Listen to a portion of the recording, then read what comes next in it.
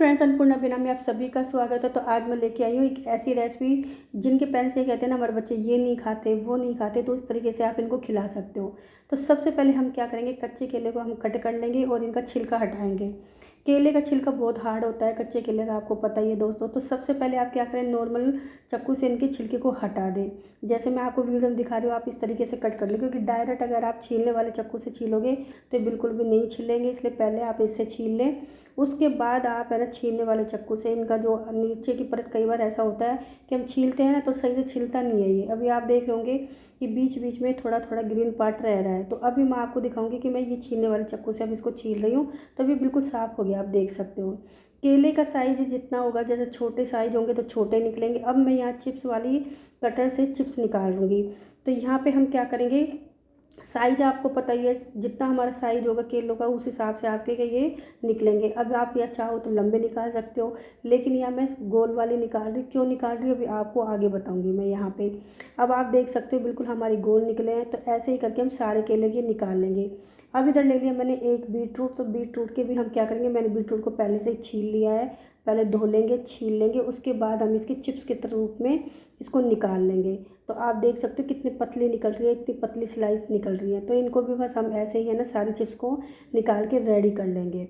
तो यहाँ पे हम दोनों चीज़ों को रेडी कर लिया। आज जो मैं चीज़ आपको दोस्तों बता रही हूँ, जिसकी रेसिपी शेयर कर रही हूँ ना, आप बच्चों को आराम से खिला सकते हो और बच्चे मना भी नहीं करेंगे। कुछ चीज़ें ऐसी होती है जो बच्चे बड़े सबको बेकार लगती है खाने में, और बीट रूट का भी स्वाद थोड़ा ऐसा ही होता है, इसलिए बच्चे ना नुकुर करते हैं। लेकिन अगर आप इस तरीके से खिलाओगे ना तो बच्चे आप मना ही नहीं करेंगे। बच्चों के लिए नई चीज़ हो जाएगी, तो बच्चों को लगेगा कि हाँ क्या नई चीज़ है, और अपन खुश हो जाएंगे। माँ को तो यही लगता है कि हमारा बच्चा सब कुछ खाए। तो इस तरीके से आप इनको खिला सकते हो। तो यहाँ देख सकते हो कि बीट रूट हमारा बिल्कुल पतली पतली स्लाइस निकली है। अब इसको हम क्या करेंगे, थोड़ी देर के लिए इसको हम सुखा देंगे। कोशिश करें 2-3 घंटे सुखा दें। अगर धूप है तो आप धूप में सुखा लें। अब देखो सूखने के बाद ये ऐसी हो गई है, इनका कलर बिल्कुल चेंज हो गया है, आप देख सकते हो ना। तो इसको हम अभी थोड़ी देर साइड में रखते हैं। मैं अभी आगे की तैयारी आपको पहले दिखा देती हूँ, उसके बाद मैं इसका दिखाऊंगी। अब यहाँ पे मैं आपको आलू वो केले की चिप्स भी दिखा देती हूँ, जिसको मैंने सुखा के ऐसा बना लिया। आप देख सकते हो सूखने के बाद ये ऐसी हो गई है। तो अब इसको हम पहले फ्राई करेंगे। अब आप इनको जब फ्राई करोगे ना, बहुत तुरंत फ्राई हो जाएंगी आपकी। गीली चिप्स को हम जो फ्राई करते हैं तो बहुत लंबा प्रोसेस होता है, बहुत टाइम लग जाता है उसको करने में। तो इसके लिए सबसे पहले अब मैं यहाँ पे क्या करूँगी, थोड़ा सा ऑयल गर्म है मेरा, बहुत ज़्यादा नहीं है। तो मैं पहले काजू किशमिश और काजू और बादाम को मैं थोड़ा फ्राई कर लेती हूँ। हल्का सा फ्राई करना है इनको, तो क्योंकि तुरंत तुरंत हो जाते हैं। काजू को मैंने 2 टुकड़े बीच में से कर लिए, आप देख सकते हो। तो बस इसको भी हम थोड़ा सा फ्राई करेंगे, बहुत ज़्यादा फ्राई करने की इनको ज़रूरत नहीं है, नहीं तो फिर ये कड़वे कड़वे से लगते हैं ज़्यादा फ्राई करने से। तो यहाँ पे हमारे बादाम और काजू मैंने दोनों को फ्राई कर लिया। किशमिश को आप कभी भी फ्राई ना करें, अगर जब भी आप किसी भी चीज़ में किशमिश डालते हो तो बिना फ्राई किए डालें उनको। यहाँ पे मैंने 1 कटोरी भर के मूंगफली ली है, उसको मैंने यहाँ पे फ्राई कर लिया, आप देख सकते हो। तो मूंगफली जब चटकने लग जाए, लगे कि उसमें दरार आ गई है, तभी बस आप इनको बाहर निकाल लें। मूंगफली काजू और बादाम बहुत जल्दी सिक के रेडी हो जाते हैं दोस्तों। एक ही चीज़ है जो उसको सिकने में काफ़ी टाइम लगेगा, वो अभी मैं आपको आगे दिखा रही हूँ। तो यहाँ पे हमारी मूंगफली तैयार हो गई है। अब ये ले लिया है मैंने साबूदाने, जो कि बड़े साबूदाने होते हैं ना, ये वही साबूदाने हैं।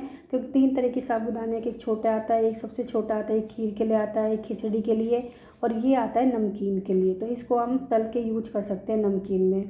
तो ये नवरात्रों में जो भी लोग जैसे 9 दिन के व्रत करते हैं ना, उनके लिए बेस्ट रेसिपी है। अगर आप साबूदाने को बिल्कुल अच्छे से तलना दोस्तों, क्योंकि साबूदाने में अंदर गांठ रह जाती है। तो इसको एक बार अच्छे से तलना, क्योंकि ऊपर से ये फूल जाते हैं लेकिन अंदर से गांठ रह जाती है, इसलिए इसको कम से कम टाइम ज़रूर देना, तभी इसको बाहर निकालना। अगर एक बार में ये सही नहीं तलते हैं तो आप एक बार बाहर निकाल के दोबारा भी आप इसको तल सकते हैं, इसमें कोई तेल बढ़ता नहीं है। यहाँ पे मैंने 1 कटोरी मखाने को भी तल लिया, और मखाने को भी हम अच्छे से कुरकुरे होने तक इनको फ्राई कर लेंगे। तो ये अच्छे से कुरकुरे हो जाते हैं, तुरंत इसको निकाल के ये देख सकते हो बिल्कुल कुरकुरे हो गए हैं। तो यहाँ पे मैंने सारी चीज़ों को मिक्स कर दिया। इधर में हमने जो केले की चिप्स निकाल के रखे थे वो हम यहाँ पे तल लेंगे। अब पता है केले की चिप्स हमने सुखा लिए ना, तो ये फटाफट से आपकी तली जाएंगी। और अगर आप गीले केलों को तलते हो ना तो उसमें फिर बहुत प्रोसेस लगता है, वो उसमें टाइम बहुत ज़्यादा लगता है, फिर उसमें आपको नमक का पानी भी डालना पड़ता है जब जाके वो कुरकुरी होती हैं। और इनको आपको कुरकुरा करने की ज़रूरत ही नहीं, तुरंत कुरकुरी हो जाती है। जैसे हम आलू की चिप्स नहीं तलते, वैसे ही आप इनको तुरंत तुरंत तल लो और ये तुरंत तल के बिल्कुल आपकी कुरकुरी बन के तैयार हो जाएंगी। तो इसी प्रकार से मैं सारी यहाँ पे केले की चिप्स निकाल लूँगी। केले की चिप्स का यहाँ पे थोड़ा सा कलर इसलिए चेंज हो गया क्योंकि हमने सुखा के बनाई है। केला काला हो जाता है ना दोस्तों, आपको पता ही है, इसलिए इनका कलर चेंज हो गया। काला नहीं है लेकिन डार्क ब्राउन सा आ गया बस इनका।